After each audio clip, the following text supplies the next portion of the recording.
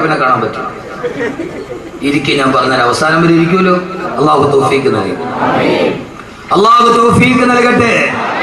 ആദരവായ പ്രവാചകൻ നബി മുഹമ്മദ് മുസ്തഫ, ഹബീബായ നബി മുഹമ്മദ് മുസ്തഫ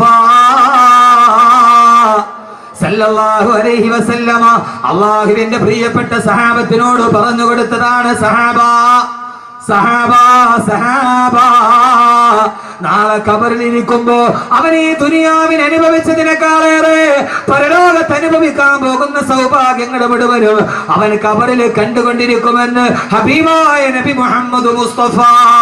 ഖബറിലെ സഹോദരങ്ങളെ ഏകാന്തതയല്ല, ഭാര്യയെ വിട്ടുപോയാലും മക്കളെ വിട്ടിട്ട് പോയാലും എല്ലാവരെയും വിട്ടിട്ട് ഏകാന്തതയുടെ ഖബറിൽ കിടന്നാലും ആ ഖബറിൽ നമ്മൾ ഒറ്റയ്ക്കല്ല.